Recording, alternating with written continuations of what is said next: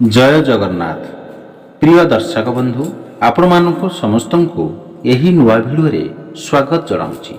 आसंतु video को start करिबा। एबे सुनंतु।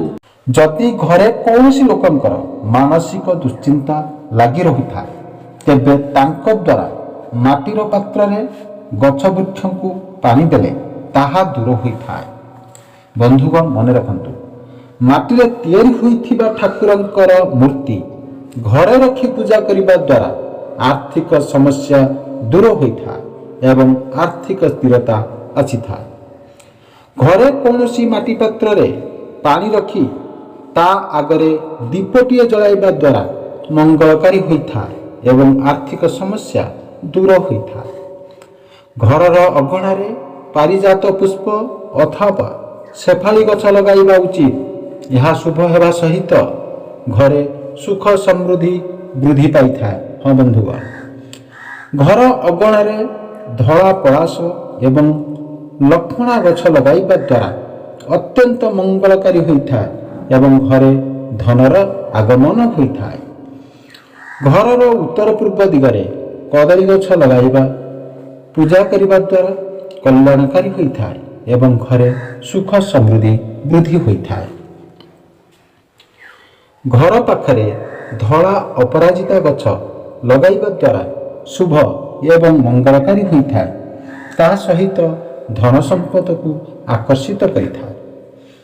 घरर ड्राइंग रूम रे दुईटी माछर चित्र लगाइबा द्वारा अत्यंत शुभ होइଥାଏ एवं चाकरी रे पदर उन्नति हेबा सहित अर्थर आगमन होइଥାଏ। घरर उत्तर किंबा पूर्व दिगरे बंशी रखिबा द्वारा शुभ एवं मंगलकारी होइଥାଏ। ता सहित दारिद्रता घरु दूर होइଥାଏ। ठाकुरंक घरे शंख रखिबा द्वारा अत्यंत शुभ होइଥାଏ एवं घरे लक्ष्मीकर निवास करिथांती। ता सहित घरे धनर अभाव होई न थाए। घरे लक्ष्मी एवं कुबेरंकर मूर्ति रखिबा उचित। यह मंगलकारी होइଥାଏ एवं धन वृद्धि हेबा सहित सुख शांतिर प्राप्त होइथा। घरे एक आखिया नड़िया रखिबा उचित। यह शुभ हेबा सहित लक्ष्मीकर स्वरूप होइथा एवं जीवन रे आर्थिक संकट देखा देई न थाए। किछि कौड़ी रे हळदी लगाई लाल कपड़ा रे बांधी पैसा रखुथिबा स्थान रे रखिबा द्वारा शुभ होइथा एवं धन लाभ हेबार संभावना वृद्धि होइथा। कलश को सुख समृद्धिर प्रतीक बोली कहा जाइଥାଏ एवं घरर ईशान्य कोणरे अष्टदल पद्म अंकन करी ता उपरे कलश रखिबा द्वारा मंगलकारी होइଥାଏ। रोषेई घरे माता अन्नपूर्णांकर चित्र लगाइबा उचित। ता सहित फल एवं पनीपरिबा चित्र लगाइबा द्वारा घरे अभाव दूर होइଥାଏ। हाँ बंधुगण, ए पर्यंत जदि आपण माने वीडियो को लाइक करना प्लीज लाइक कर दिंतु एवं चैनल रे नुआ थिले चैनल को सब्सक्राइब कर रखंतु। घरर रोषेई घरे बसी भोजन करिबा उचित। यह शुभ होइता।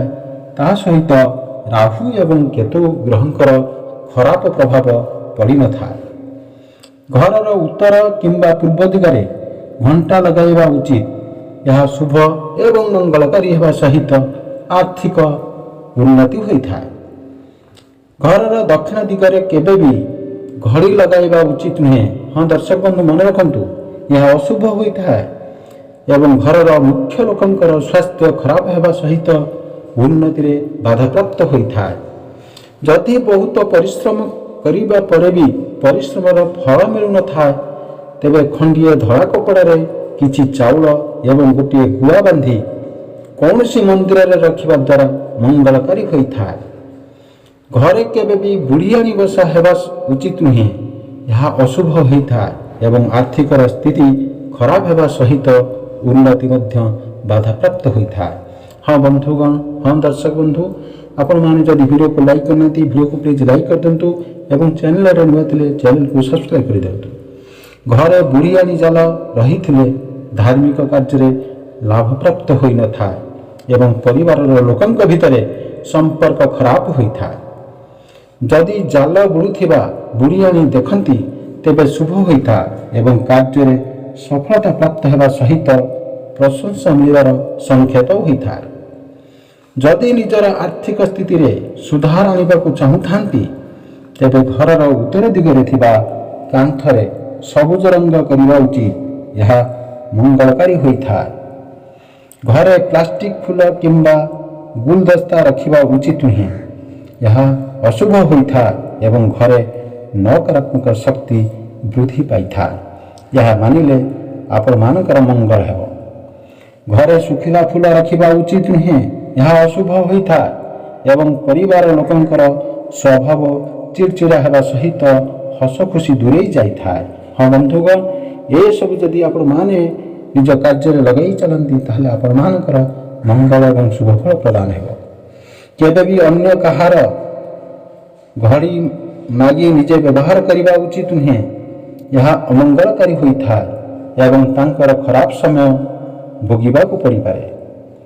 ଅନ୍ୟ ଲୋକଙ୍କର ମୁଦି କେବେ ବି ମାଗିକରି ପିନ୍ଧିବା ଉଚିତ ନୁହେଁ। ଏହା ଅଶୁଭ ହୋଇଥାଏ ଏବଂ କୌଣସି ସମସ୍ୟା ଦେଖାଦେବାର ସମ୍ଭାବନା ରହିଥାଏ। ଅନ୍ୟ କାହାର ବସ୍ତ୍ର କେବେ ବି ମାଗିକରି ପିନ୍ଧିବା ଉଚିତ ନୁହେଁ। ଏହା ଅଶୁଭ ହୋଇଥାଏ ଏବଂ ଦୁର୍ଭାଗ୍ୟ ଦେଖାଦେବା ସହିତ ସ୍ୱାସ୍ଥ୍ୟ ସମସ୍ୟା ଦେଖାଦେଇଥାଏ। ହଁ ବନ୍ଧୁଗଣ, ଏହା ଯଦି ଆପଣମାନେ କାର୍ଯ୍ୟରେ ଲଗାନ୍ତି ଆପଣମାନଙ୍କର ନିଶ୍ଚିନ୍ତ ରୂପରେ ମଙ୍ଗଳ ହେବ। ଅନ୍ୟ କାହାର ଜୋତା କିମ୍ବା ଚପଲ ପିନ୍ଧିବା ଉଚିତ ନୁହେଁ। ଏହାଦ୍ୱାରା ଦାରିଦ୍ରତା ଦେଖାଦେବାର ସମ୍ଭାବନା ରହିଥାଏ ଏବଂ ଅନ୍ୟ ଲୋକଙ୍କ ସମସ୍ୟା ନିଜେ ଭୋଗିବାକୁ ପଡ଼ିଥାଏ। ଅନ୍ୟ କାହାର ପେନ୍ କିମ୍ବା ପେନସିଲ୍ ଯଦି ବ୍ୟବହାର କରୁଥାନ୍ତି ତେବେ ତାକୁ ନିଶ୍ଚିନ୍ତ ରୂପେ ଫେରାଇବା ଉଚିତ। ଏହାଦ୍ୱାରା ଆର୍ଥିକ ହାନି ହେବାର ସମ୍ଭାବନା ରହିଥାଏ। ଅନ୍ୟ ଲୋକଙ୍କ ଶେଯରେ କେବେ ବି ଶୋଇବା ଉଚିତ ନୁହେଁ। ଏହା ଅମଙ୍ଗଳକାରୀ ହୋଇଥାଏ ଏବଂ ଅର୍ଥ ଅଭାବ ଦେଖାଦେବା ସହିତ କୌଣସି ସମସ୍ୟା ମଧ୍ୟ ଦେଖାଦିଏ। ରବିବାର ଦିନ ହାଲକା ଗୋଲାପୀ, ନାରଙ୍ଗୀ, ଲାଲ କିମ୍ବା ସୁନେଲି ରଙ୍ଗର ବସ୍ତ୍ର ପିନ୍ଧିବା ଦ୍ୱାରା ସୂର୍ଯ୍ୟଦେବଙ୍କର ଆଶୀର୍ବାଦ ପ୍ରାପ୍ତ ହୋଇଥାଏ ଏବଂ ଆତ୍ମବିଶ୍ୱାସ ବୃଦ୍ଧି ହୋଇଥାଏ। ସୋମବାର ଦିନ ଧଳା, ଘିଅ ରଙ୍ଗ, ରୂପେଲି କିମ୍ବା ଫିକା ରଙ୍ଗର ବସ୍ତ୍ର ପିନ୍ଧିବା ଦ୍ୱାରା ଶୁଭ ହୋଇଥାଏ ଏବଂ ସୁଖ ଶାନ୍ତିର ପ୍ରାପ୍ତ ହୋଇଥାଏ। ମଙ୍ଗଳବାର ଦିନ କମଳା ରଙ୍ଗର କିମ୍ବା ଲାଲ ରଙ୍ଗର ବସ୍ତ୍ର ପିନ୍ଧିବା ଦ୍ୱାରା ଶୁଭ ହୋଇଥାଏ ଏବଂ ଉତ୍ସାହର ସହିତ ସାହସ ମଧ୍ୟ ବୃଦ୍ଧି ହୋଇଥାଏ। ବନ୍ଧୁଗଣ, ଏହା ଆପଣମାନେ ଯଦି ମାନନ୍ତି ଆପଣମାନଙ୍କର ନିଶ୍ଚିନ୍ତ ମଙ୍ଗଳ ହେବ।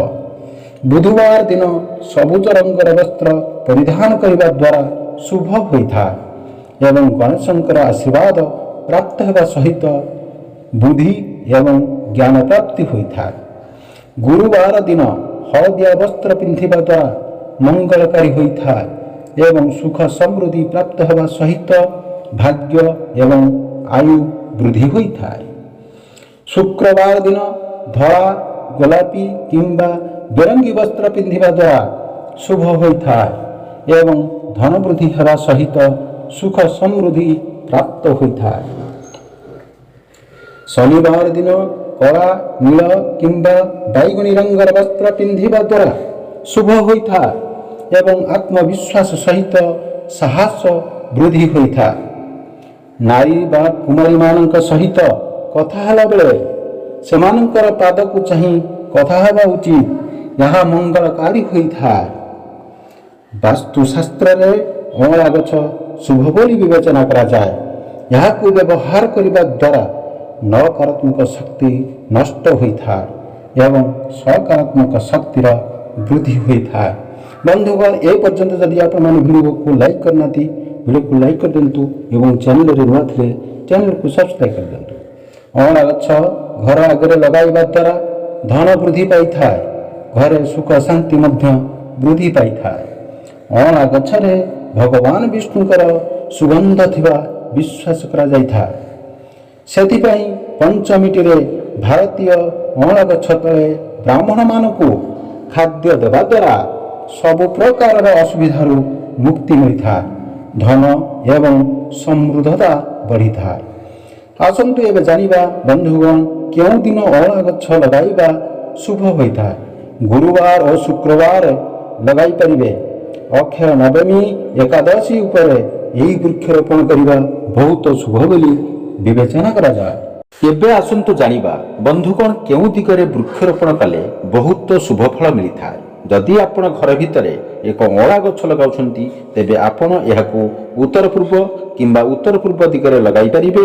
ଏହି ଦିଗରେ ଲଗାଇଲେ ଶୁଭ ଫଳାଫଳ ମିଳିଥାଏ। ବନ୍ଧୁଗଣ, ଯଦି ଆପଣମାନେ ଏ ପର୍ଯ୍ୟନ୍ତ ଭିଡ଼ିଓକୁ ଲାଇକ୍ କରିନାହାନ୍ତି ପ୍ଲିଜ୍ ଭିଡ଼ିଓକୁ ଲାଇକ୍ କରିଦିଅନ୍ତୁ ଏବଂ ଚ୍ୟାନେଲରେ ନୂଆ ଥିଲେ ଚ୍ୟାନେଲକୁ ସବସ୍କ୍ରାଇବ୍ କରିଦିଅନ୍ତୁ। ବନ୍ଧୁଗଣ, ମନେ ରଖନ୍ତୁ, ଯଦି ଭୟଙ୍କର ପେଟ ଗ୍ୟାସ୍ର ଅସୁବିଧା ହେଉଥିଲେ ତେବେ ପାନମଧୁରୀ, ପୋଦିନା ପତ୍ର, ଅଦା ଓ କାଗଜ ଲେମ୍ବୁକୁ ମିକ୍ସ କରି ପିଇବା ପାଣି ସହିତ ଜୁସ୍ କରି ସେବନ କଲେ ପେଟର ଗ୍ୟାସ୍ ସମସ୍ୟା ଭଲ ହେବା ସହିତ ଶରୀରରେ ଥିବା ବର୍ଜ୍ୟବସ୍ତୁ ବାହାରି ଯାଇଥାଏ। ବନ୍ଧୁଗଣ, ଏବେ ଶୁଣନ୍ତୁ, ପ୍ରତିଦିନ ସଜନା ଶାଗ ଖାଇଲେ ମରିବା ପର୍ଯ୍ୟନ୍ତ ଚଷମା ଲଗାଇବାକୁ ପଡ଼ିବ ନାହିଁ। Thank you so much watching.